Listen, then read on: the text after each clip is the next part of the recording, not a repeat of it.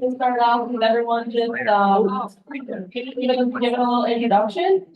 We do want this space to be, you know, a place for your voice to be heard. And that does include just introducing yourself. So we just want to start real quick by going around. Maybe just wants to announce something real quick on our sign-in sheet. You ask people to raise their hand if they did not have a chance to sign in. Sure thing. If you didn't have a chance to sign in, please raise your hand and we'll just get you right now. Lovely. Thank you, Hank. Okay. So I'm just gonna go start off real quick. My name is Sarah. I use she and they pronouns. I'm part of Ward 4. Thank you, sir. Okay, I'm Steve. You say the pronouns. And No, I 2, am 3. That's how it's muted. I'm in Ward 4. And it usually empties out. This is amazing. It must not go. Hey, my name is Lauren. Our daughter. This is our daughter Colby. I'm Tom McHugh, and I think I got my daughter with me too. I'm Christy. I grew up in the North End and I moved back. That's What are we doing? I'm scared and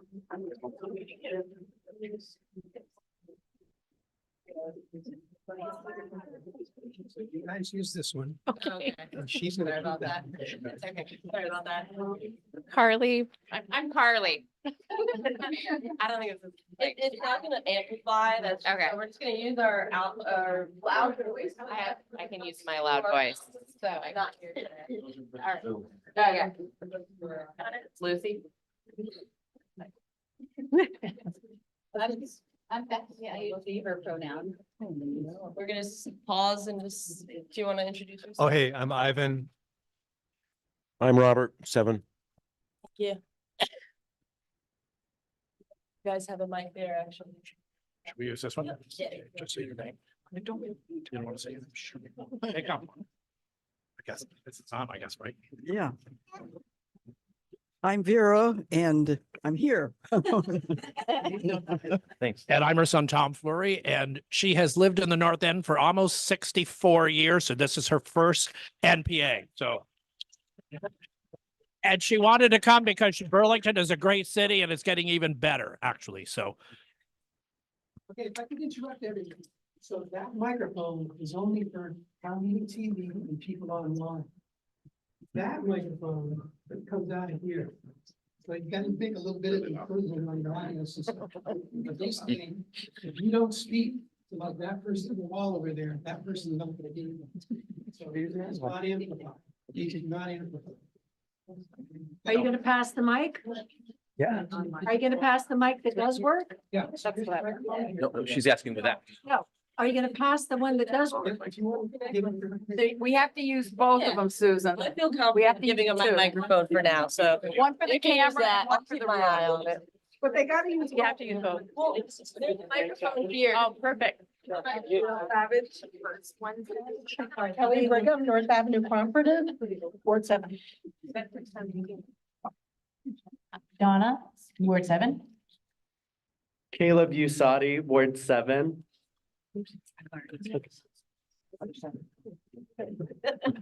Karen, Ward 7. Carter, say you know.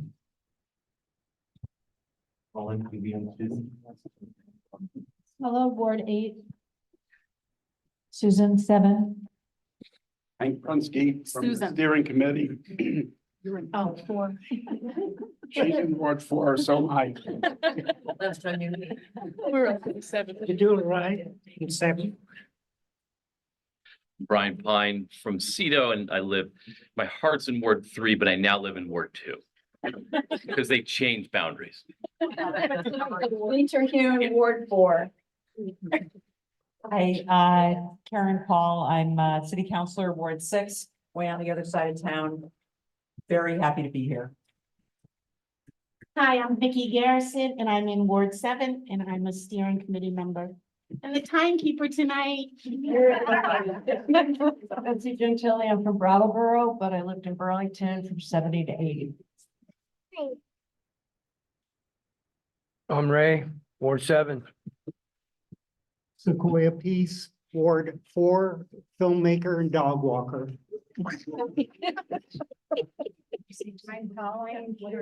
I'm from Ward 4. I'm Lori, Ward 7. I'm Diana Wood, Ward 7. I'm Caitlin, Ward 4. Ward 4. Sarah Carpenter, she, her pronouns, and Ward 4, City Councilor. Mylands, Ward 7. I've lived in Ward 7 for 30 years. Wow. And in Vermont.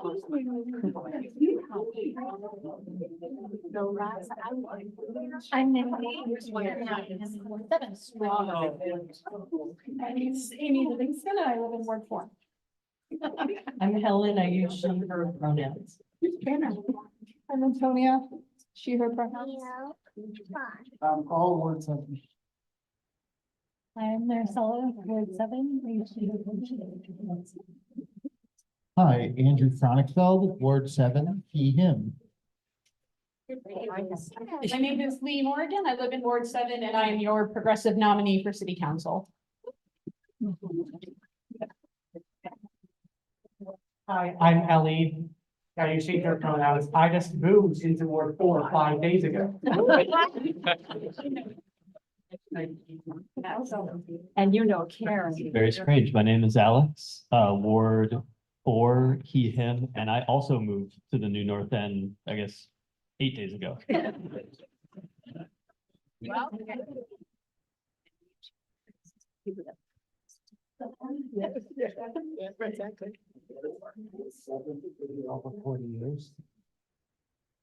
Hi, I'm Olivia Taylor. I live in Ward 7. I'm on the steering committee and I use she, her pronouns.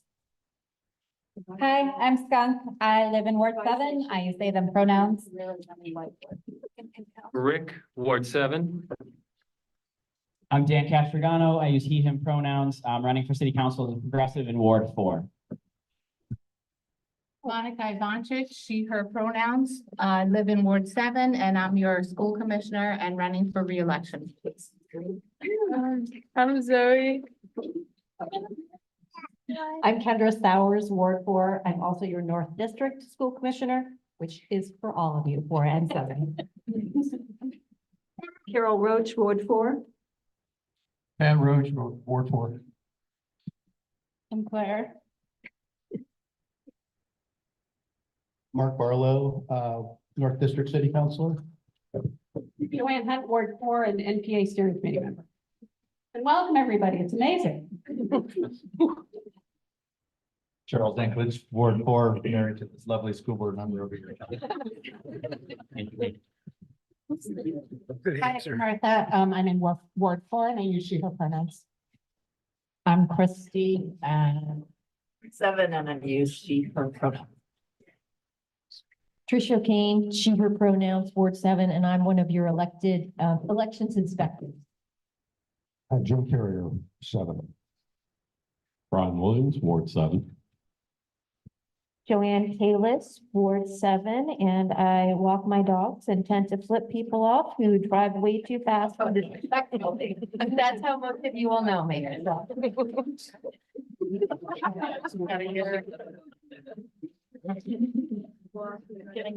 Great to learn a little bit about everybody.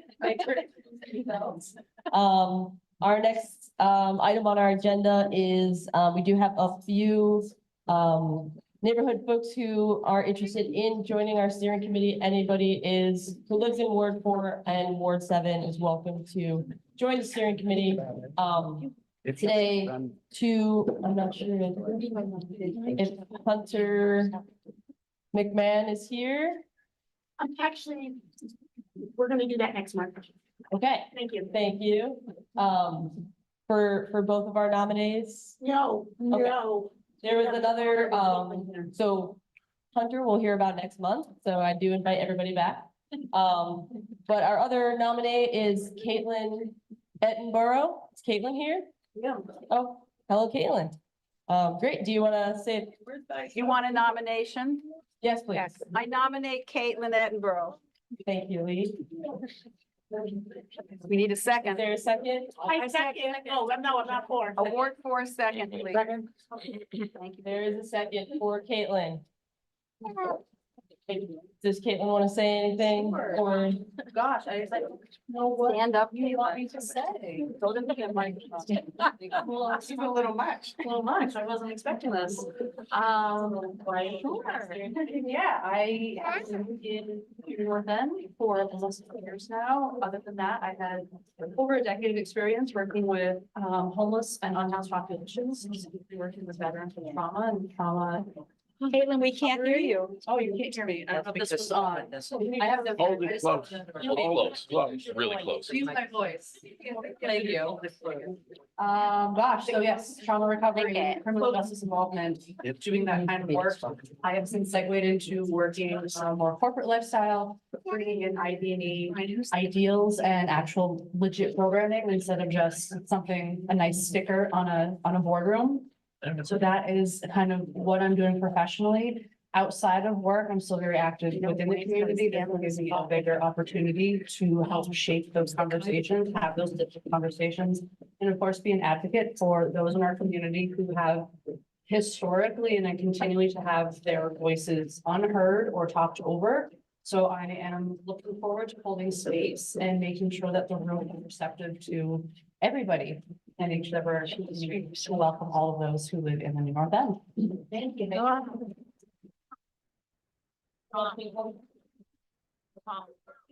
And so we have nominated and seconded, all in favor of voting Caitlin onto those folks in Ward 4, excuse me, to vote Caitlin onto the steering committee. All raise. Yeah. Okay, thank you. Anybody against? Seeing none.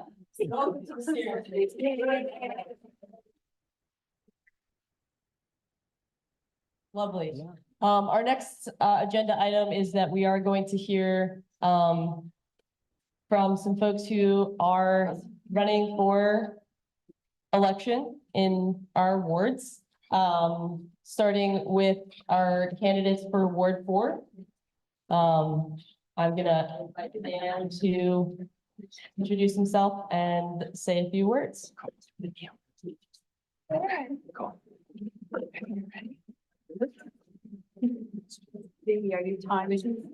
Oh, so I'm the timekeeper. And I'm gonna raise this up, right? And this is the 3-minute time, right? Let me just get it right. It's gonna take me a second. Okay. Thank you, Vicky. Thank you, Sarah. My name is Dan Castrogano. I live in Ward 4. I use he, him pronouns. I'm running for city council as a progressive. I asked the steering committee if I could go first, and I'm actually gonna have to leave right after this couple of minutes. I've got my son River here. I'm solo parenting for a couple of nights, and the usual folks who would do bedtime or could do bedtime are also out of town. I know there are people even in this room who would be willing to take him, but the parenting decision for today is to be here and then head out right after this. So Good decision. wanted to let everybody know. Thank you, Lee. And thank you, River, for being so good. I've been a teacher for about 15 years. I'm a community organizer working mostly on climate justice, more recently on some other things like housing and transportation. I have the orange signs out with the bike on them. I ride my bike all the time. I'm running because I care a lot about Burlington and I want to make it better. I've been engaged since moving here about 3 years ago on a lot of topics. I care deeply about a lot of issues. Number one for me is the climate emergency. I'm totally trying to do my best here. So thanks. Vicky, please keep my time. Yesterday was 65 degrees in Burlington. It beat the daily record of February 27th by 8 degrees. It was 57. So we're feeling the climate emergency in real time. I've been endorsed by the Sunrise Movement in Champlain Valley and also run on climate. I'm running a climate emergency teach-in and discussion on Saturday in this room at 2 o'clock. If you'd like to join, Even if you don't support my candidacy or don't live in Ward 4, everybody's invited for a 90-minute session to learn about the climate emergency, talk about how it makes you feel, and figure out what it means for Burlington. So all of you are invited on Saturday. I care a lot about housing. So I was at the council meeting on Monday. Oh, we're done. I was at the council meeting on Monday, supporting neighborhood code. So I care a lot about housing. I care a lot about transportation justice and safe streets. So it's walking, biking, and public transit. Choose not to drive a car because I like to walk, bike, and ride the bus. Care a lot about community safety and public health. I think we need emergency low barrier shelters to make sure that nobody's sleeping on the streets. I think that's inhumane and cruel. I think we need more oversight and accountability for the police department. I think we need to immediately open an overdose prevention center as soon as we can to save lives and connect people to treatments. And I care a lot about democracy. So 3 things were just not sent to the ballot in 6 days. So that's more oversight of the police department, which was blocked. And I would have said, let's vote on that. The apartheid-free resolution, which was also blocked at city council. I would think the community should have also voted on that. And then a charter change to tax all polluting fuels. So a climate ballot item that would have gone to the ballot in 6 days too. And so I'm also for more democracy. If you want to get in contact, go to danforburlington.com, email me at danforburlington@gmail.com. See me on Saturday here at 2 or find me at the polls from 7 to 7 on Tuesday. Thanks, and I hope the rest of the meeting is good. Thank you, Vicky. Thank you.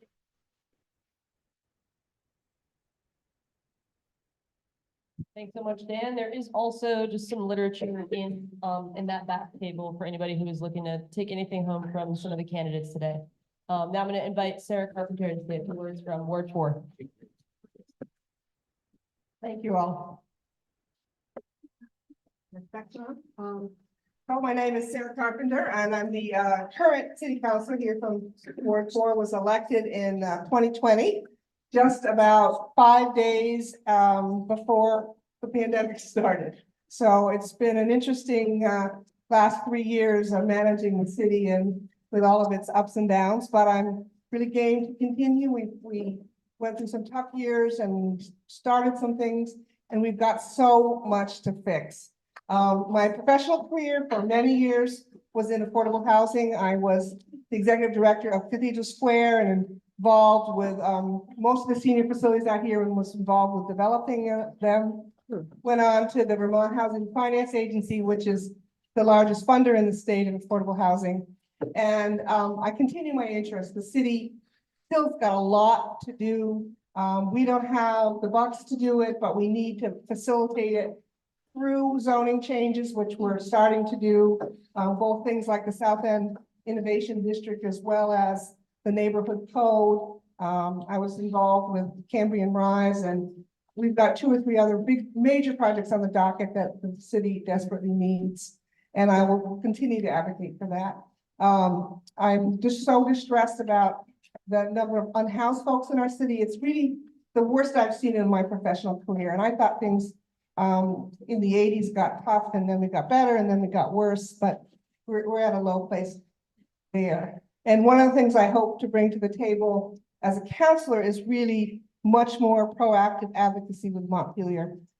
I did that in my work at VHFA. We cannot solve this problem without the state's help, and we need to have a real presence in the State House. We need all of you to have a presence in the State House, because that's the only way we're going to fix it. That, and in addition to the struggles we're having with supporting people with substance use disorder, the programs we have are totally inadequate.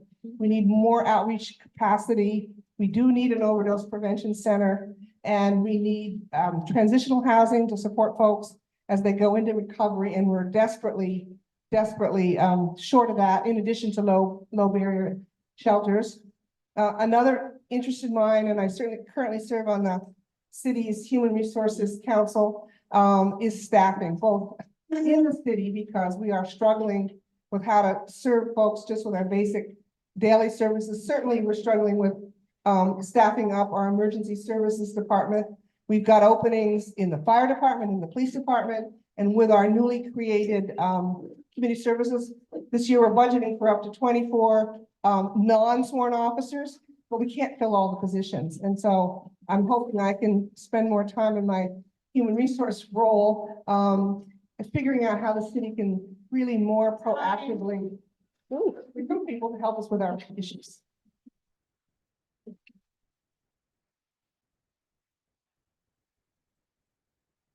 Thank you, Sarah.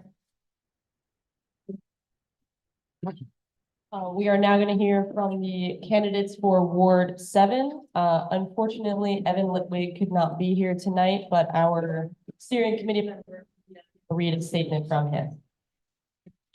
Hi, everyone. So this statement is from Evan Litwin.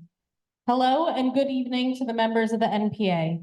I have a chronic medical condition that has recently flared up and continues to require medical attention. Because of this, I deeply regret that I am not able to be here tonight. I want to express my sincere gratitude to my providers at UVM Medical Center who are supporting me through this. I will continue to work as much as I can in continuing to connect with voters as much as possible between now and Election Day. We are just 1 week away, and I'm grateful for the support and kindness I've received from my neighbors, many of whom have checked in on me over the past several weeks, and friends who have provided me care in my home or by doing daily tasks. My message during this campaign has been focused on a vision of safe, healthy, and lively futures for the place we call home. I have heard time and time again your priorities, and I will work hard to preserve all our beautiful city has to offer, be bold and forward-thinking in addressing public safety and community health, and pragmatically work to improve housing affordability. Over the next week, in addition to working on getting well, I will be sharing this message of progress with as many voters as possible. If you would like to learn more or would like to get in touch, please visit evan47.com.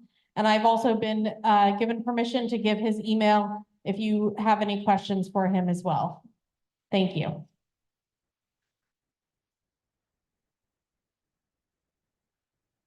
Thank you for sharing that, Olivia, from Evan. I now invite Lee Morgan to say some words.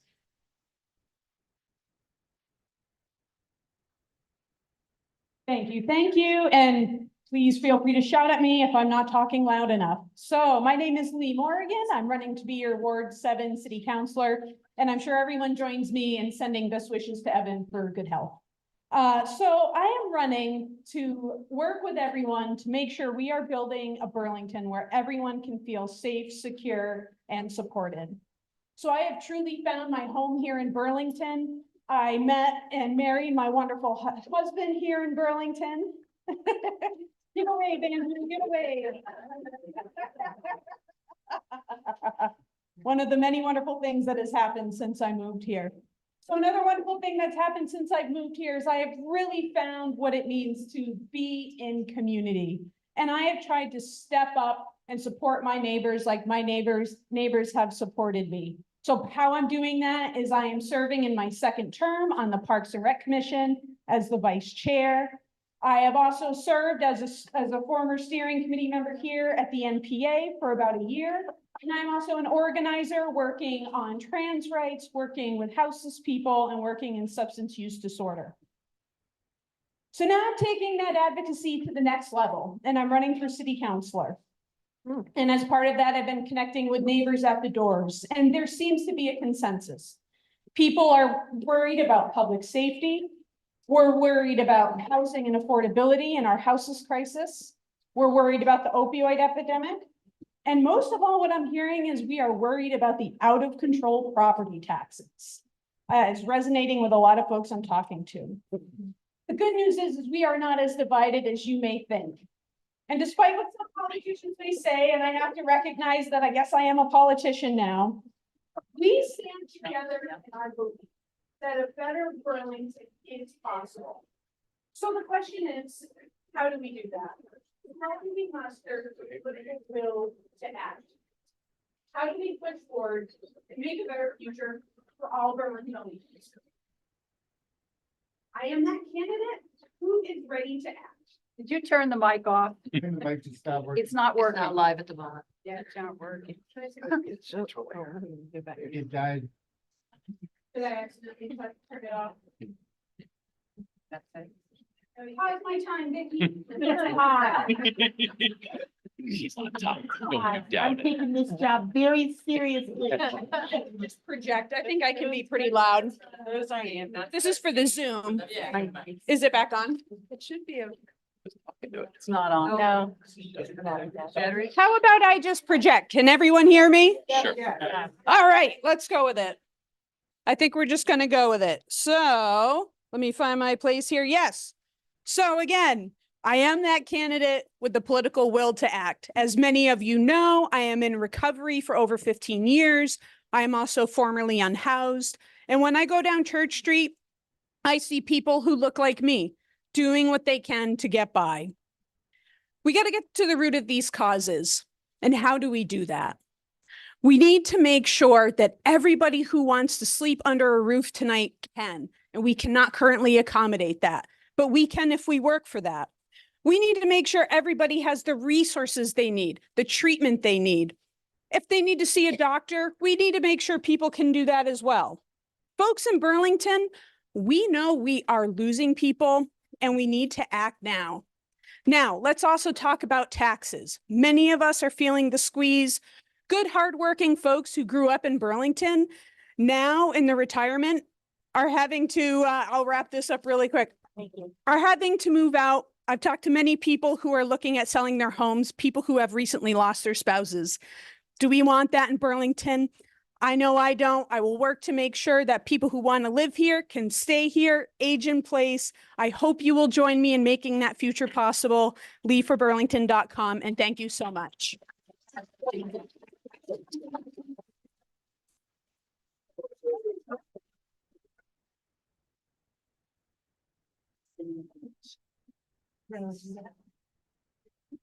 Says that it's on. It says that it's on, but I don't think it's coming out of there. But you all just heard me say that. Good, huh? All right. I'm just speaking to this for now. Oh, to see if it. All right. Well, thank you, Lee. I don't know which one to. Well, speaking. Now we're gonna hear from our candidates for, or our school commission, starting with Monica. Yvonne. Me on the end. Yvonne. Thank you. Thanks, I'm everyone. gonna hand I you hope this one. Okay, I hope you don't mind. I'm gonna project my voice. I know this one's just for the Zoom meeting. Oh, closer to this thing? Just us, closer to us. So, as you know, my name is Monica Ivancic, and I've been a Burlington resident for nearly 10 years. I have served on the Burlington School Board for 3 terms representing New North End residents in Ward 7. I'm passionate about education in our community and believe that a robust and equitable education is the basis for a just, engaged, and thriving society. In my position in the chemistry department at UVM, I maintain research instruments similar to MRIs and educate students in their use. My husband also works at UVM in the Howe Library, and our daughter, who's sitting right over there, Zoe, is thriving, receiving a robust education at downtown BHS. I have made connections and established relationships with many different people in the city of Burlington, from my colleagues and students at UVM to parents across the city and neighbors in the New North End. As many of you know, the school board is a body of 12 elected commissioners, and our work is accomplished in collaboration with one another. Right, Kendra? Having served on the school board for 3 terms, I am part of many such accomplishments. One of our more recent achievements was the passage of Policy A2, Diversity, Equity, and Inclusion, which passed this past September. This is a comprehensive policy that deals with the district's commitment to equity and anti-racism and was developed using a 5-step racial equity lens tool. A powerful aspect of using this tool is to get input from folks that will be most affected by the policy. Thus, we used focus groups that included marginalized students, staff, and family members whose lived experiences helped us develop this policy. As the co-chair of the school board's Diversity, Equity, and Inclusion Committee and my entire tenure on the school board, I support numerous equity efforts across the district. One of these is following the progress of the use of restorative practices. My first term on the board, I was part of the district's RP leadership team, and ever since I've had a keen interest in the success of RP in our schools. Building a sense of community and belonging are at the core of RP as well as BSD's strategic plan. With RP, we are striving to create a culture of equity and belonging that leads to the best environment for learning. Another aspect of the DEIC, my committee's work, is supporting the implementation of the LGBTQIA+ task force recommendations, such that members of this marginalized group feel more accepted in our schools. Just a little bit more. The recommendations span from including LGBTQIA issues into curriculum to non-discrimination policies to creating safe and loving environments in our schools. My committee is working on creating such policies and is following through on the implementation of these recommendations. These are just a few examples of what my work as a school commissioner encompasses. Having served on the board for 6 years, I have institutional knowledge of how our district functions and believe to be the best candidate to represent our diverse children throughout this city.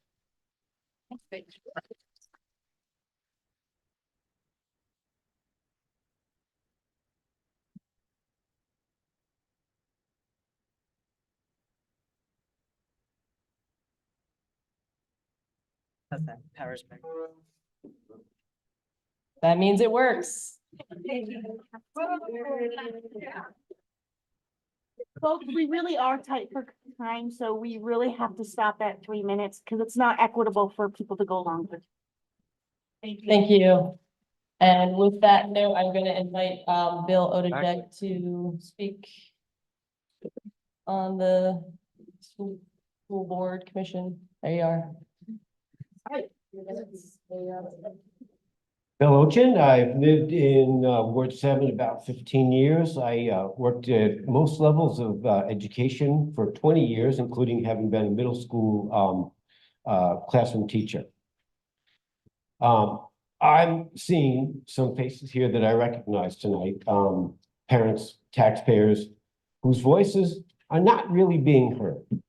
They know better than I do the true state of education in our public schools. They live with the failing discipline system, the frequent interruptions in classroom instruction caused by disruptive students who learn, most of all, how to play the system.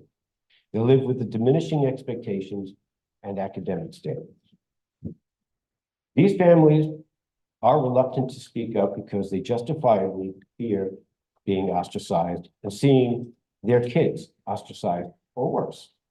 I have been privileged to hear their concerns because I have demonstrated my willingness to listen and to talk about areas that sorely need improvement in plain English, rather than smothering the ugly facts under a comforting blanket of euphemisms and trendy buzzwords.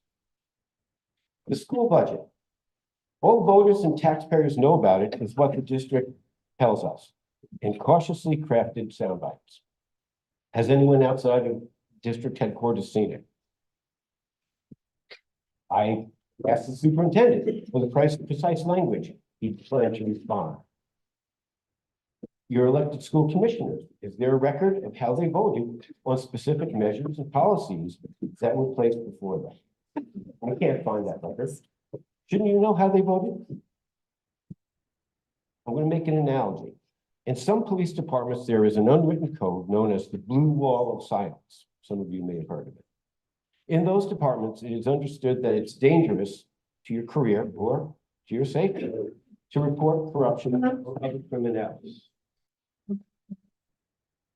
I worked as a substitute for 5.5 years everywhere and at every level in this district. I know how the school cultures operate because I have to navigate them every day. I saw how self-disciplined, conscientious students are impacted by living under a regime of rude, disruptive, and openly hostile feeling. This has been normalized. It is maintained by an unwritten code, the blue wall of silence, which I call the khaki wall of silence, because that's what most teachers wear. Remember, 5.5 years watching from inside the schools, then listening to parents and kids. And the more I hear, the more questions I have. The one firm conclusion that I draw from this about this district is that their recording and reporting cannot be trusted at face value. I asked Ward 7 voters to give me 2 years. I promise to report back to you regularly on what and how we're doing in plain English. Thank you, Will.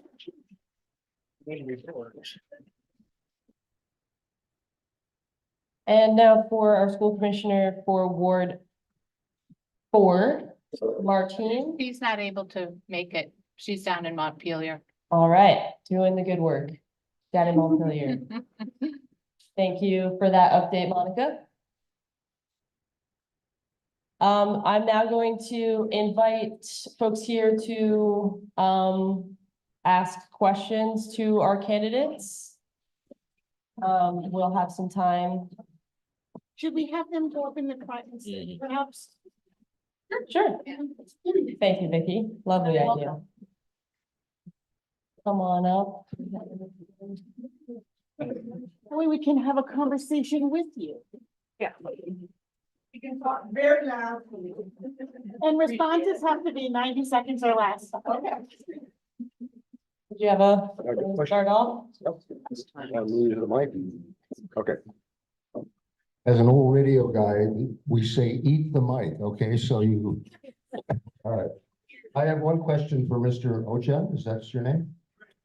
I have heard reports that you have been putting up anti-trans stickers around this part of the city, is that correct? The question is, have you been putting stickers up that are against people who are trans? Yeah, sorry. Okay, thank you. Thank you, Jim. Pictures of them. Yeah. Any other questions for our candidates tonight? We have one Yes, online great. too. Thank you. For Lee, if you're elected, how will people of Ward 7 communicate to you, and how do you plan to communicate to Ward 7 members?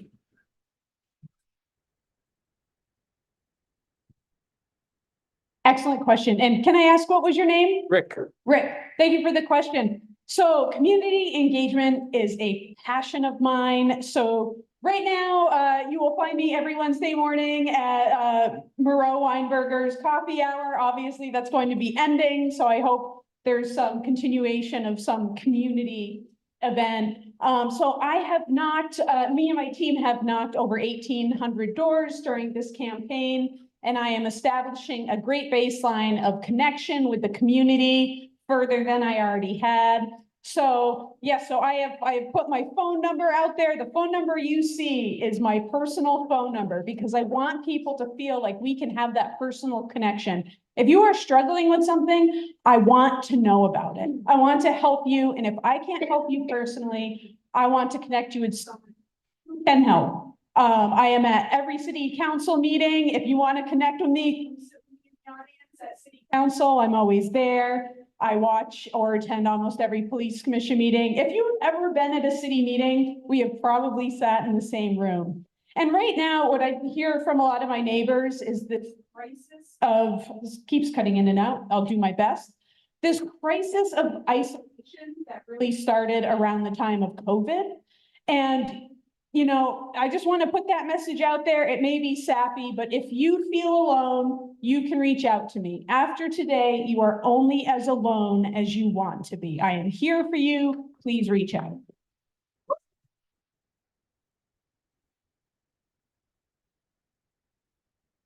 Other questions back here? Yeah. And please, yeah, introduce yourself when you like. Thank you so much. My name is Vidur Roy, and the question to Lee. So I am from Ward 7. So my question is that I am a new immigrant. I am a former refugee, Bhutanese refugee, and I'm not Nepali. Though I speak Nepali, but I'm from Bhutan. So we don't know perfect Nepali because we have stayed in Bhutan for, decades, years and years. And I left the country when I was 13 years. So I was very perfect with Bhutanese language and English, not with Nepali. I never knew Nepali. I came to Nepal as a refugee and I learned Nepali there. So I was zero in Nepal. So I stayed there for 23 years. And I was a teacher in a refugee camp. I was a youth counselor and I was also a sports coordinator. And when I came here in 2015, I realized that there are a lot of Nepali people, old Nepali people and young as well, who can't speak the language. So if you are elected, how do you think that you will connect with them? You will get communicated with them because they do have a lot of problems which they can't, they can't reach out to you or someone, officials or, they can't take out their problems or something they have. So how do you think that you will react with them or, communicate with them? Thank you.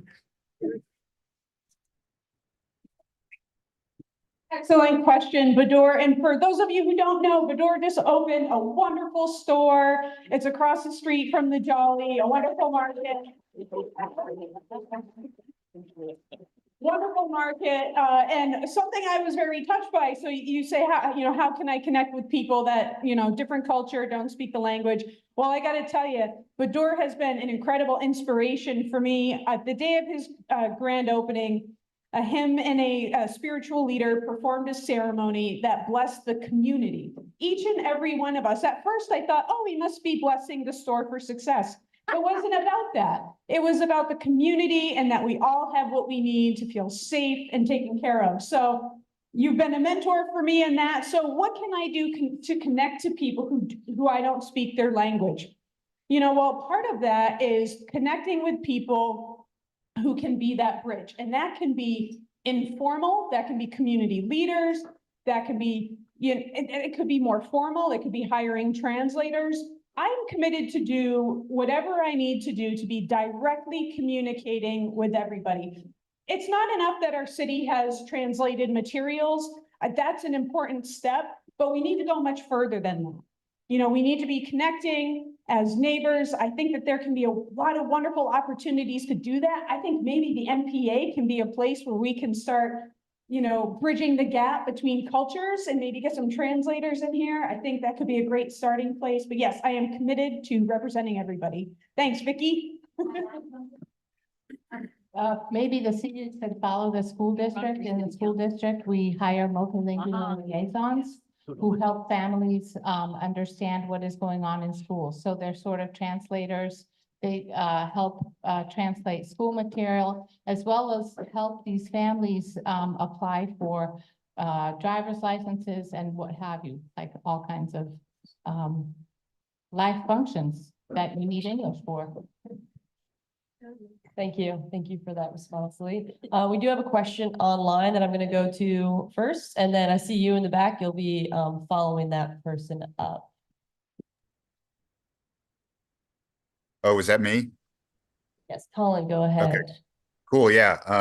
I had a question for both city council candidates that are present. There's been a lot of discussion in this campaign about, coordinating more support with Montpelier, with our, state delegation there. And I think I'd just like to hear more about when it comes to the housing crisis, what do you think is within the city council's purview and what do you think we need? Right, we're going to go ahead to you for now, and then we'll come back to Colin so that we can have answered online. Did they not hear me? I think it's. Oh, That one's just for online. So okay. Here she comes. Hi, my name's Ray, Ward 7. My question is, and I missed her name because I was out of the room. Yes. Monica, thank you for serving.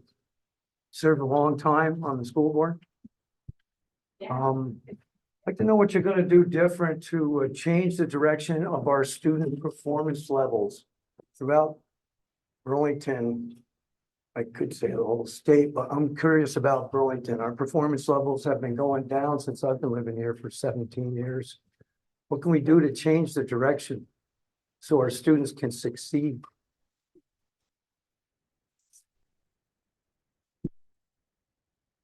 Thank you for that question. What was your name? Ray. Right. I think especially during the pandemic, students were not connected to schools. There was not a lot of learning, or the learning was difficult. Students were disconnected. And so a lot of the scores went downhill. But we do have a strategic plan that focuses on this.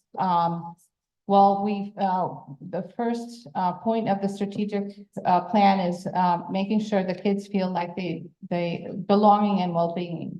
So we want to make sure that the kids feel safe at schools and that they're well-fed, and that's how we will accomplish learning. We also have we want to get all the kids by third grade to make sure that their reading levels are at par.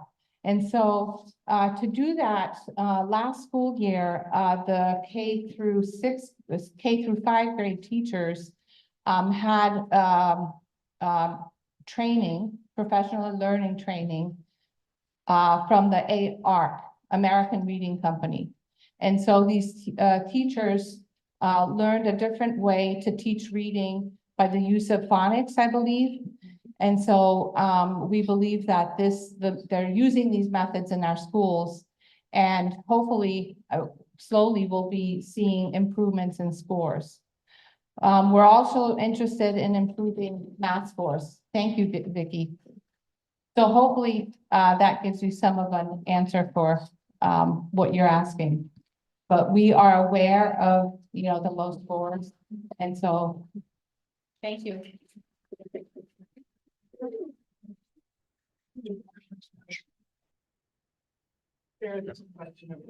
Thank you. Thanks, folks. I'm gonna try one more time for our friends online to make sure they're not muted. Colin, if you can hear me online. Can you hear me? Hello? No? Nothing?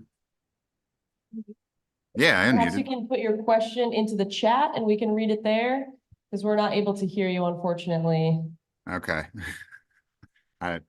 Colin, I can hear you. I'm not sure what's going on in the room there, but their While you're waiting, speakers you've got a might not be question over here. working. All right. Sorry about the technical difficulties, but we'll pick up our question here. And then was there anyone else who had their hand up? And back there and over here? 1, 2, 3. Thank you. This question is in regards to Evan. I know he couldn't really join us tonight, but hoping maybe his representative here can help us out. So recently allegations have been made that regarding his candidacy, he's running in Ward 7 and apparently said, quote, "A hard R N-word involved in such a super racist manner, acting like he was Black vocally." Just so you know, Olivia is not his representative. Okay. So there's nobody who can answer that question. I don't want to waste your time because you're not going to email you. My apologies. I'm not. Yeah, but we can provide his email for you. He can ask the question. The candidate's not here is their problem. He deserves to ask his question. Yeah, I'm just letting him know that I can't. My apologies for assuming you were his representative. That's on me. My apologies. Where was it? Right. So recently, like I said, allegations have been made that he was said, quote, "A hard R N-word involved in such a super racist manner, acting like he was Black vocally." I asked candidates here tonight, is this sort of behavior acceptable for our representatives? And how can we possibly hope to foster a community free of hate when these are the people who represent us? And who said that? Evan. Evan. You said it's an allegation. It's an allegation. I don't want to say that I come here with hard evidence of such thing. I don't know what this means. Thank you for the question. And as we said, although Evan's not here, he does have forms of communication that we can reach out to him if you'd like to take that. I'm gonna pass next question. Who's here? But he asked the candidate the question. Not answered. All of them. Are there any candidates who would like to respond?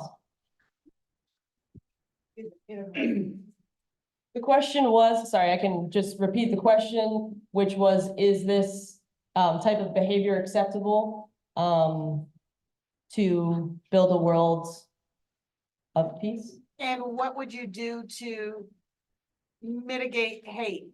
Is that the second part? What will you do to mitigate hate if you are elected or in your current positions? And how much time do we have for these candidates to respond, Vicky? 90 seconds. It's kind of hard to understand what exactly is the accusation is. In fact, I don't really understand, but if I'm getting a sense of the innuendo. For the first part of the question was, is this acceptable? I think, from what I'm gathering, obviously, no, if that accusation is true. And how to mitigate hate. Now, in the broader community, I'm running for school board, so I will respond within the schools accountability. Kids need to be held accountable for that kind of speech. Thanks. No, I mean, no hate words are acceptable. Do things like that happen sometimes, but we up as a model for the community. As many of you know, the city council itself has been bombarded with very hateful trolls in our city council meeting. We in fact had it last night and most of you were not even aware. Thank you, Councilor Paul. We had at least 12 people that we had to shut off with very cruel anti-Semitic talk. Some of you saw it a few weeks ago. Subsequently, the councilors received incredibly graphic, ugly mail to us. And so it is so frustrating to me that this is going on to the community and we really got to stand up for it. Thank you for the question. I mean, I think it's a pretty simple concept that it's never acceptable for a white person to say the N-word. Full stop. So as far as what I would do to mitigate hate, I think my record on that is clear. I'm a staunch advocate for trans people, of which I am a very proud trans person. The most effective. Thank you. The most effective form of resistance will always be joy, and whatever joy that is. So my resistance is trans joy. I'm happy, I'm successful. A lot of people have a problem with that, but I keep pushing. In reference to the BIPOC community, the proof is there too. For years, I have worked very hard with the BIPOC community, educating myself, deconstructing my own whiteness, and learning what it is to be a good ally. If you Google search me, you will see. I have put my money where my mouth is. I put my freedom on the line to stand up for BIPOC people. I won that court case. Just Google me, you'll be able to find it. You probably already heard about it. Yeah, so I think my record is clear. Thank you for that question. I think that kind of behavior is not acceptable, especially for our elected officials. And for anybody as neighbors and people that respect each other, no matter what our political beliefs are or religious beliefs. And I think we need to be examples for each other, good behavior, to point out when we hear hateful speech. And like I said in my introductory talk, when things like that happen, perhaps use restorative practices or the community justice system to resolve these issues. But when you're talking about this, it reminds me of an incident that happened a few years back, maybe 3 years ago, on the bike path, right by, Letty Park. There were some young teenagers that hackled some older people, and that word spread through Front Porch Forum. And my city councilor, Ali Jang, took it onto himself to go seek out those teenagers. He figured out who they were, and he made sure that there was restorative sessions that happened with these kids. And I would hope that any elected official would be willing to go to that extent to get rid of hate in our community. So only love will outdo hate.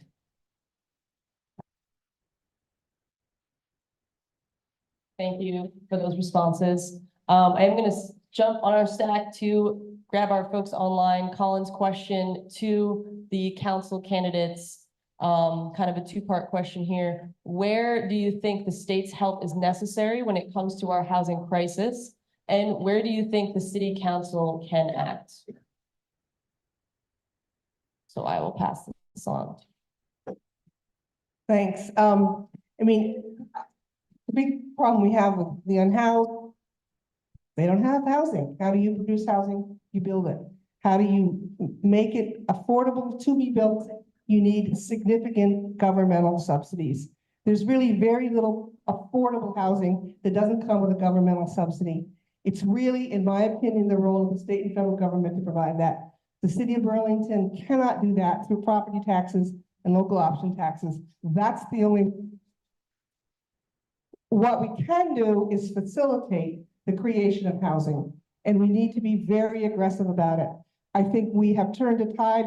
Some of the things I just mentioned, the South End District, the neighborhood code, the city place, Memorial Auditorium, and there's a whole level. So we really gotta look at ourselves. Are we doing anything to prevent housing? And if the answer is yes, we've gotta undo it or change it and be willing to change it. And I think we're question among ourselves. It's okay, the built environment's okay. It's okay to have a new building next door to you. It's okay that you might be able to have a window to window. That's the goal of living in a city. If you don't want that, Burlington is a different place. And if you want, you're not gonna get it in Burlington. I think, as neighbors, neighbors, and this is the city's role to facilitate the creation of that building.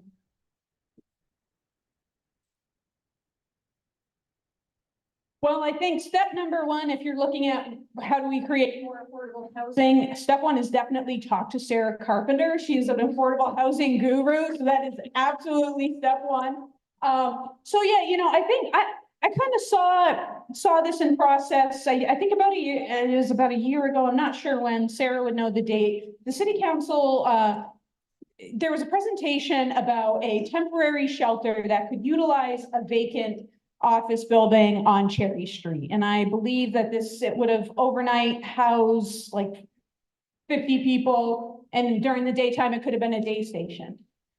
The governor rejected that. And the reason he gave was that our need in Burlington isn't good enough. So don't know how he could really contemplate that. So for me, I'm a solutions person. So I use my position as vice chair on the Parks Commission to invite the governor to come walk with me. I periodically walk around City Hall Park at different times to assess the public safety crisis going on down there. I invited the governor to please come with me on one of my walks. I've invited him several times. I'm going to keep inviting him. Hopefully, when I am your city councilor, I'll have a little more weight to that invite. I am determined to get the governor to walk with me and share my story, explain exactly what it takes to get out of houselessness. I've done it myself. And the help we are providing, we are not there, folks. It is not enough. And I know a lot of you understand that. So I will advocate my best and consult with experts like Sarah Carpenter here. I think we had a few more questions in the crowd. I'm going to start back there. Yep.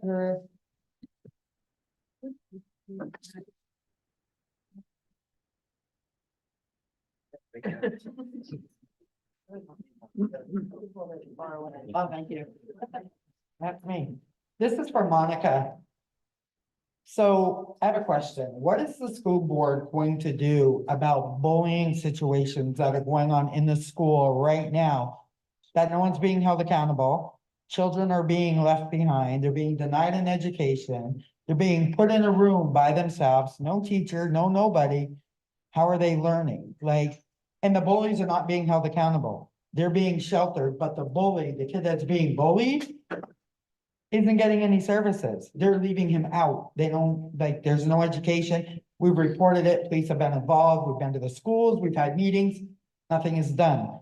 The bully's parents are never brought in. The bully just keeps bullying, but they don't do anything. But the child that's being left behind doesn't have an education.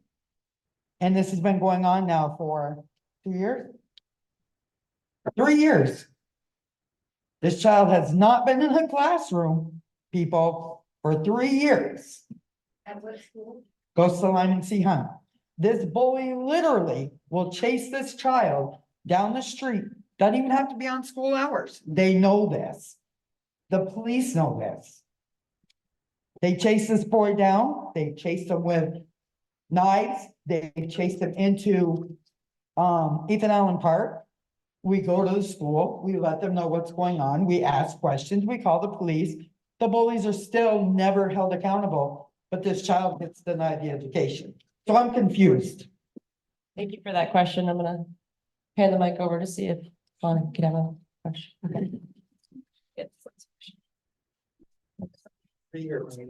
Thank you for that question, and I'm sorry that you've had that experience. I believe there has been some leadership issues at Hunt, the school here. But this year we've put in better leaders, and I think that I would like to talk with you more personally about your issue, because our Office of Equity is set up to deal with issues like that and deal with bullies, and your child should be getting an education. Right. For sure. So. Yeah, because it's not fair that the kid that's bullying and the school knows about it. And I think that's the worst part, you know, the Right. school's like, Yeah. oh, we know. Okay. So I'd like to for that. support you in that, so please make sure that I get your contact information before this Absolutely. meeting's over. Okay.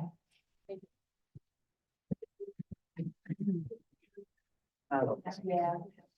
Yeah.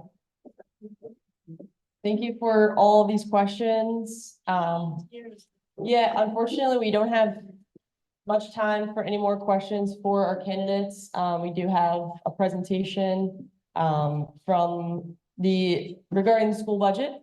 And I know that's some questions for the school commission.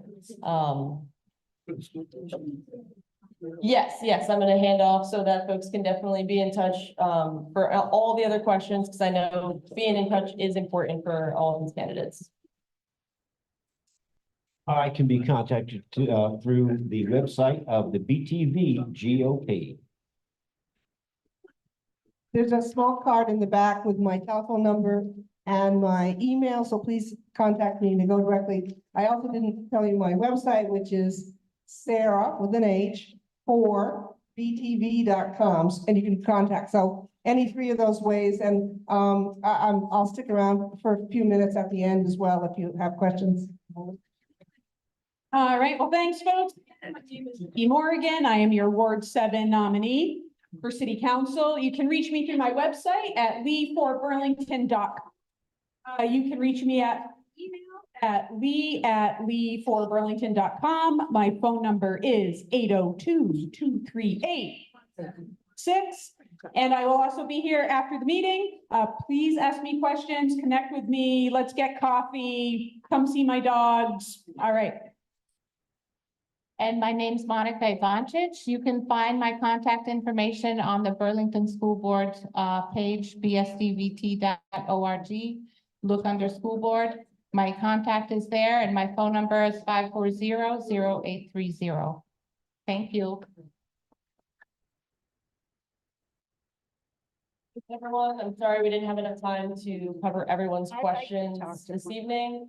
But as you heard, stay in touch. Also wanted to just give a quick thank you for anybody who brought food, for the food pantry. I know that was kind of a last minute addition to our agenda, but we got some great donations here. So just wanted to say thank you before we get to our next, agenda item, which is, a presentation from the Burlington School District. 45 years. That's 10 minutes, right? It's 10 minutes, yes. Going on the 10, and you know, wait. People need to talk to the person.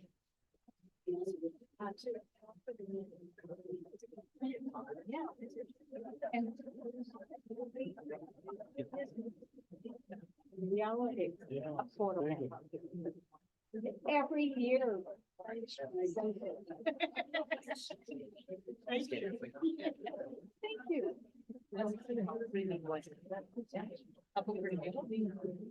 You know, wait. Okay.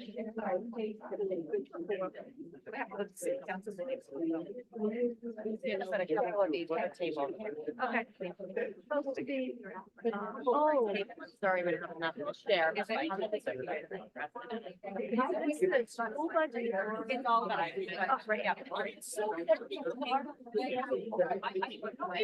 Get one of those, you know, and every time Milo talks, I'll open it up.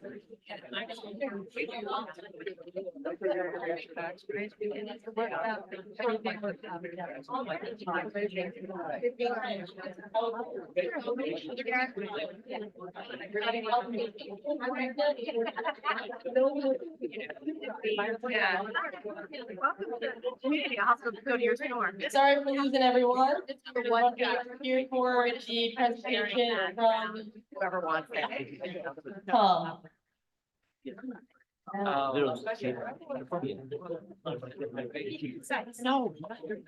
That's staying up till 2 in the morning.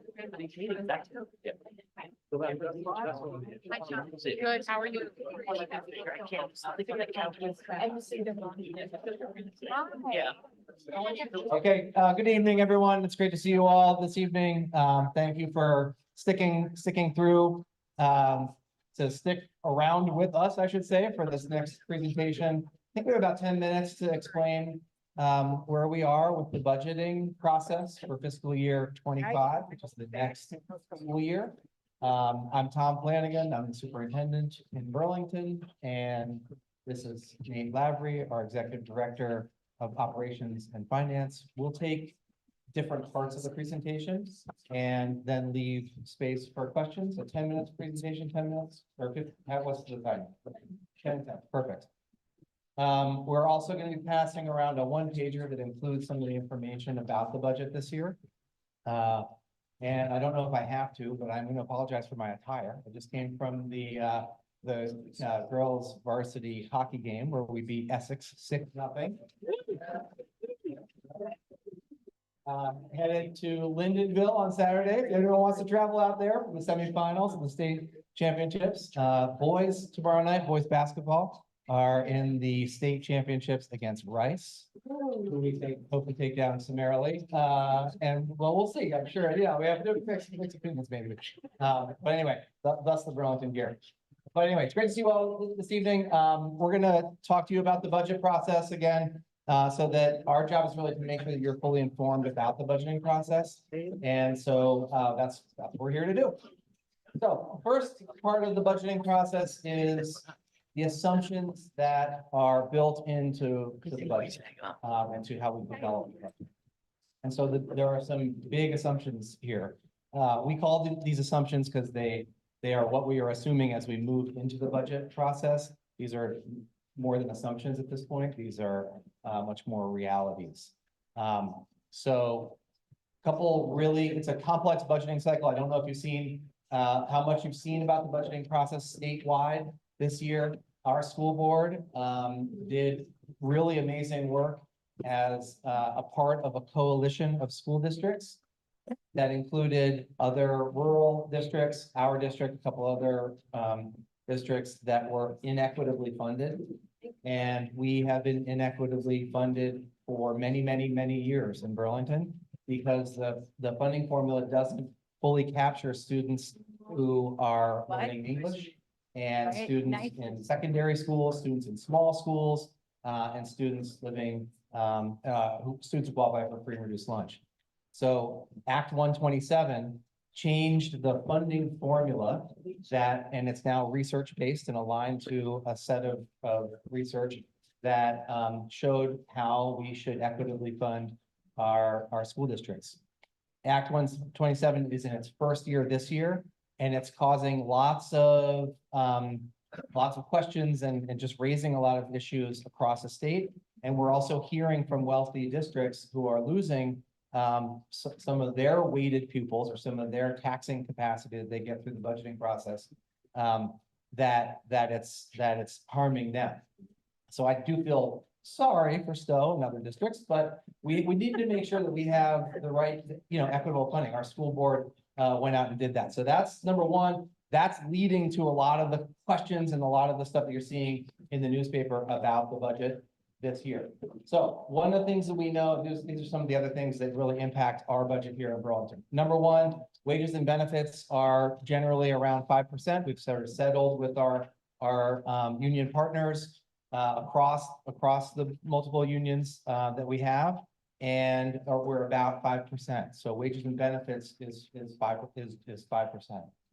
Health insurance premiums, the state moved to statewide bargaining of health insurance. That number is a huge number, and it's really not in our control. And so there's some deep work, I think, to do there around around those health insurance premiums. But that's work for the legislature and not necessarily the village. EHS and BTC bonding. This is the first year that we are feeling the impact of the bond for Burlington High School and Burlington Technical Center. So 76% of voters voted in favor of the new high school and a bond for the new high school. Now, this is the first year that it's impacting our taxes. And it's also by far the biggest year. And we'll get into that a little bit more later, but 9.5 million increase in debt service due to the bonding. So that's really the big pressure this year. And then lastly, ESSER funds. So we received funding from the American Rescue Plan, federal funding for COVID recovery. And those funds lasted for 3 years. They were about $26 million for our district over 3 years. And we are spending those down at the end of this year, but those expire at the end of this school year. So that is happening across the state. And so that is putting pressure on the ed fund across the state, which hurts our overall, the ed fund. And all of our budgets across the state are connected.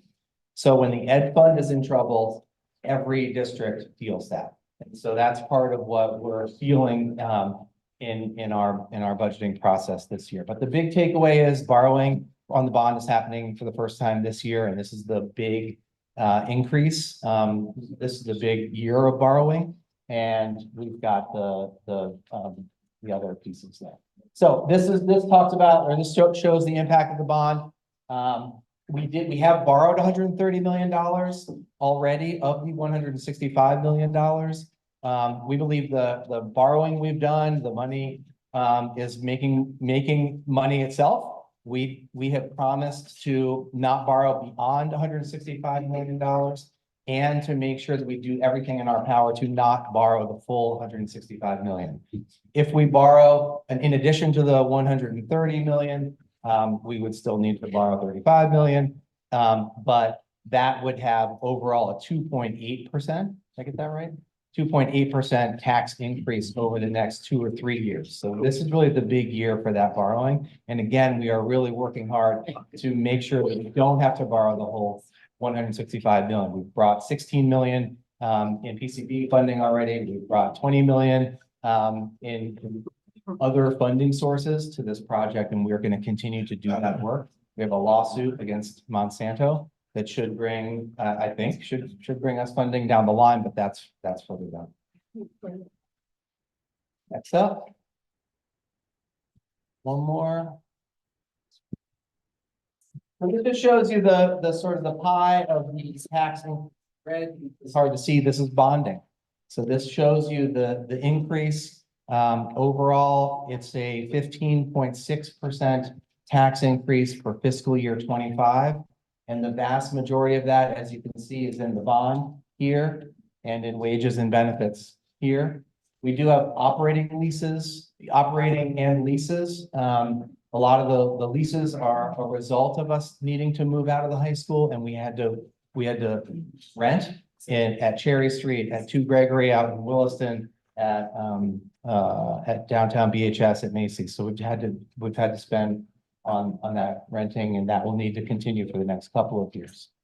So that shows you sort of the pie and where the general funding is going. The last piece before I pass over to Nate is that our budget itself that we developed as a leadership team is a level service budget.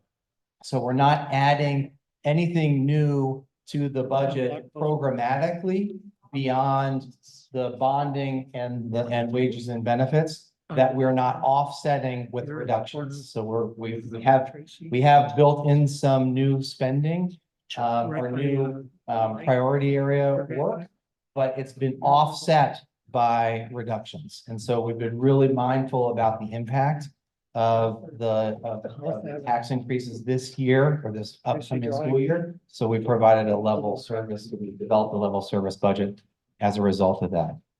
And the last thing that's really important to know, and our school board weighed a number of different options, and they weighed sort of a middle path option, is that because of the factors that are playing into the budget this year around the common level of appraisal and the ed fund yield, these are two of the impact of the drivers of the overall budget.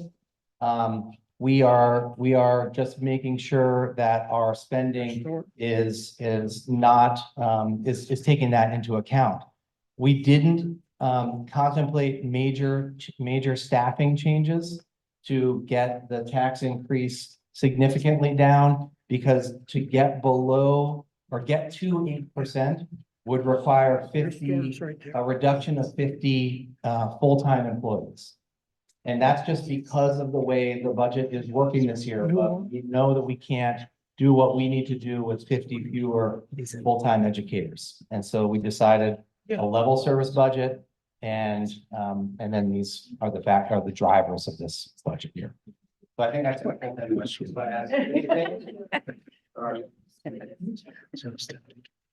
All right, I'm going to keep it super short. We can come back for questions on some of these slides. And if you haven't had a chance to check out our budget presentations that are on the website, it's even a more in-depth presentation than this. So there's plenty of other information out there. Won't spend a lot of time on here, but just to address something that you may have heard of. At one point when we started the budget process, there was a cap in Vermont law on what tax rates would be, and the legislature subsequently removed that cap.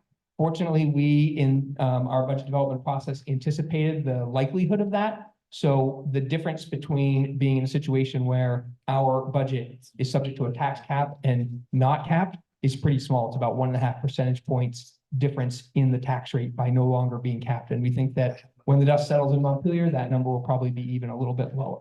So the cap going away wasn't great for us, but it's not a major difference from what we already were presenting. Next slide, please. Welcome to the neighborhood. Thank you so much. You may have heard a lot about the common level of appraisal from your neighbors in Burlington or even other places in Chittenden County, because this is hitting almost every town in Chittenden County. In short, the common level of appraisal is the way that the state of Vermont ensures that every property taxpayer in the state of Vermont is paying on the market value of their property when they're paying their education taxes. So in the case of Burlington and our other neighboring communities, property values have risen substantially over the past couple of years. And as a result, the state increases our tax rate to offset the fact that they consider the property values on our tax bills to be lower than the market value. So we can dive into that later if people want to, or you can talk to me after. But just understand that if you're hearing about what the CLA is, and you're probably hearing that it's impacting a lot of our neighboring communities as well, it's not a Burlington phenomenon alone, but it is a major driver on the increase in the tax rate that you're seeing on your bill, and it has nothing to do with school choices about spending or staffing levels or anything like that. It's all about the relative value of our property. Next slide, please. Refrigeration. Okay, really high level. If you've already seen your ballot, you have seen some of these numbers, but we're increasing the budget $15.4 million. That produces a tax rate before the CLA of about 6.5%. Then the impact of that CLA on top of it pushes that number all the way up without the cap to about 15.6%. And that's on a total budget of $119.6 million. Okay, we're just about there. Next slide, please. I won't stick to these, but know that in the presentation, we can come back to them. We provided a couple hypothetical scenarios to illustrate the impact of people who pay their taxes both based on the value of their property or if they have an income adjustment. So there's a couple slides to that we can come back to if there are questions about it later. And then we end with just showing people what the ballot question is, which is approving the $119.6 million school budget. We'll wrap it up there and take questions. Thank you.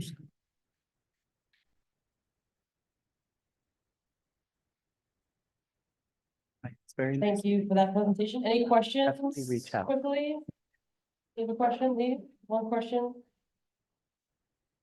Thanks for coming and presenting. So maybe this is a simplistic question, but what happens if this gets voted down? Good question. It's a question that's on the minds of lots of people across the state. As Nate mentioned, this is the CLA is impacting and the ed fund and all that is really impacting school districts around Chittenden and around the state. So that's why you're seeing the press about it. If a budget doesn't pass, then we go back and rework what we've presented and we come back to the community again. If it doesn't pass, we exist on this current year's budget. And so that has really massive impacts on our operations. Because of, you saw the 5% generally in increases in wages and benefits. There's no way to not have a massive and disruptive impact if it doesn't pass. Okay, we're gonna take one more question just so that we then have time for. Cool. Thanks. First off, thanks for trying to communicate what seems extremely complicated to the rest of us. And my question is related to that. I feel I have no way to understand this because I'm just, well, one, I'm a newcomer here, but also it's complicated. So real concisely, how does one learn how to understand this? Give me 3 resources or methods, resources and methods. It can be 2 or 1. Just We'll stick around afterwards, so if we want to talk, we can talk through it. Dave has a lot of experience over the years with the budget. I don't. And understand it deeply, so he's able to explain it to you. It can get a little wonky, but usually people understand. It's an ultra complicated system. It is meant to provide equity. This idea of the common level of appraisal and the yield is meant to not favor districts who have higher valued homes and more capacity. But what it's a really complicated and complex system. And when the legislature adopted Act 127, they were basing it on a weighted people study that happened 5 or 6 years ago from UVM and Rutgers. And they, that the research question they were asked at that point was not how do you create the most equitable budget or the best budget, was how do you fix the budget that exists. So there are questions like long-term down the line, what should education fundamentally look like? But talk to us afterwards. There's a 1-pager pass around. You look at the backside of that. That does give you some detail. Try to keep it high enough level that it works, right? That's understandable. But enough detail that you can get into some of the nuance. And then we have a whole budget section on our webpage too. And so that includes school board discussions that we've had about this topic. The other thing is we just put out an annual report. So the annual report talks about our plan, our budget from this fiscal year that speaks to the next fiscal year. So I would say us first, the 1-pager second, and then on the webpage on the budget, which is lots of resources.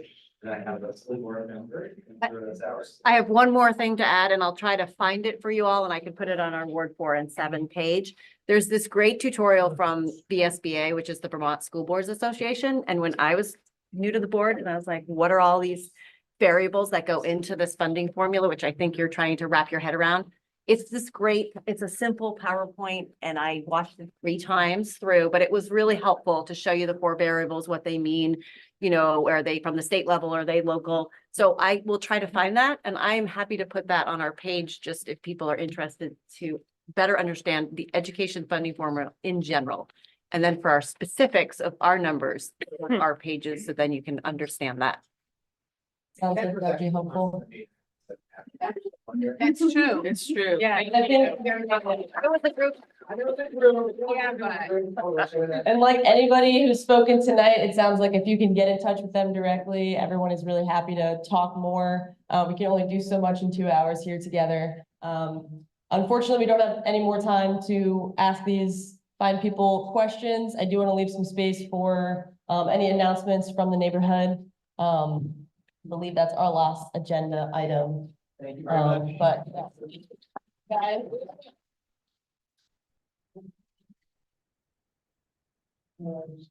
I knew we had one announcement from Ivan. Yeah. I don't have Yeah, sure. Make the announcement. Did you have an announcement as well, Sarah? Okay, you can be next, and anybody else? I just wanna, we're voting on March 5th, right? A lot of us got our ballots late. Please don't put them in the mail. Take them to one of the drop boxes. There's one here at the Miller Center. There's one at the number 2 Boardman Fire Station, City Hall. And or even though you have it in the mail, you can bring it to St. Mark's or here on the 5th. So it will be too late to get to the city if you mail it. So please return it and make sure you put it in one of the boxes or come to the polls. Thank you for that announcement. Anybody else have an announcement? Well, we were on there to talk about the bylaws committee, and we don't have any time to talk about it, but I'd like to invite everyone who wants to help update and work on the bylaws with the steering committee to join us on March 6th here at 5. Love to have you involved.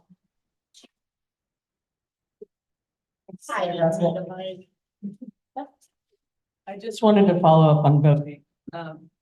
You don't have to have a ballot to vote. You can come to the ward and vote in person. You can register to vote the day of the election. There is also resident voting. So if you live in Burlington and you're a resident here and you may register to vote also. This is the first election in Burlington where we're doing that. And I'd be happy to talk to anyone who has questions about that. If something needs to be added to that. Only the city ballot, the non-citizen residents can vote, not on the presidential primary. Correct. And how? And people who are working in the ward clerks will be managing that, and they all know that. For non-US citizens, where do we get info on what type of visa? Because I work with a lot of residents, but they're on F1 student visas. And town hall told one of them that they don't know what to do with the F1 visa. Anybody here know? I would have to. I'd call City Hall. Call Sarah Montgomery and if you can't get an answer by Friday, I can try to follow up, but I would call Sarah directly. And she's pretty responsive. Thank you. Yeah, I'm on the voter board, so I'm happy to also facilitate that and get you the answer, but Sarah is the person who would. Thank you. Yeah. Why would the ballots sit outside? I'm sorry, what? Good question. Why would the ballots? I believe it or not, I have ever hardly talked to my postman. Mine came 9 days. I asked him specifically, he said one of the reasons in my neighborhood, the regular carrier was on vacation and they didn't have a substitute. So there was not a particularly good answer, just they were all mailed out at the same time and they came at different times. They get mailed in batches. Some neighborhoods were just later than others, so. But thank you for that note to please drop them off at a drop box or here, because although they're late, if you do have them, that's your ballot. And I will I say. mean, you can get another one. Yeah, you can get another one, but I'm just saying, you can get a ballot. It is if you have it at home and it's a sealed envelope and they'll only take it sealed, I wouldn't be afraid to give it to a neighbor either. I mean, it's not like we can rip it open and change it, but, you know, so if anybody is really stuck, I as a candidate, and I'm sure Lee as a candidate, we'll figure out how to do that. Yes. If you are unable to go to the polls for whatever reason, like a health reason or physical barrier, contact the city clerk's office and they will send a justice of the peace to pick up your ballot. Just be mindful, the city hall closes at noon on Monday, so. All right, one more announcement from Ivan. Hi, everybody. My name is Ivan Klipstein. My friends call me Ivy, so some of you might know me by that name. I'm also a recent arrival in the New North End due to the affordable housing crisis, and it's a long story, and there's a lot of long stories. So I'll spare you that part, but I'm a local working artist and also early art education person. And I have this calendar, which some of you might have already been exposed to, the Everyday Neighbors Multilingual Illustrated Community Calendar. And it was just an initiative that I took upon myself, partnering also with BCA and AALV and One Arts and others.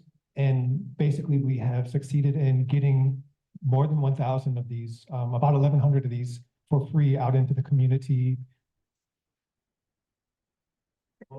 Mostly in small businesses and new American hubs and kind of working people hubs and all sorts. And one of the ways we've been able to support the production and distribution of these has been through kind of a parallel solidarity copy sale. So some people have been buying these at $25 a cop. So out of the 1,250 that we printed and distributed, we're down to about the last few dozen. So if anybody would like one and wants to support the project, I'm here with some and accepting all the modern and old fashioned. It's been really nice to be hanging out with you all at your NPA. Yeah, very intentional. That's chaotic. I have to say it doesn't work. You know, I don't know why I'm talking to you.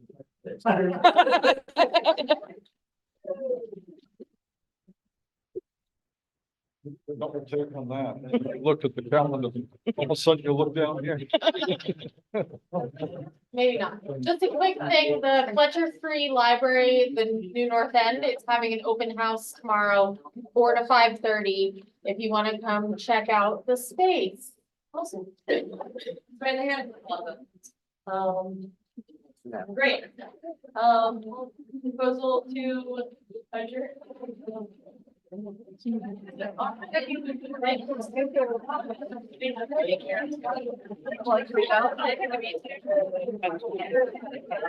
Yeah.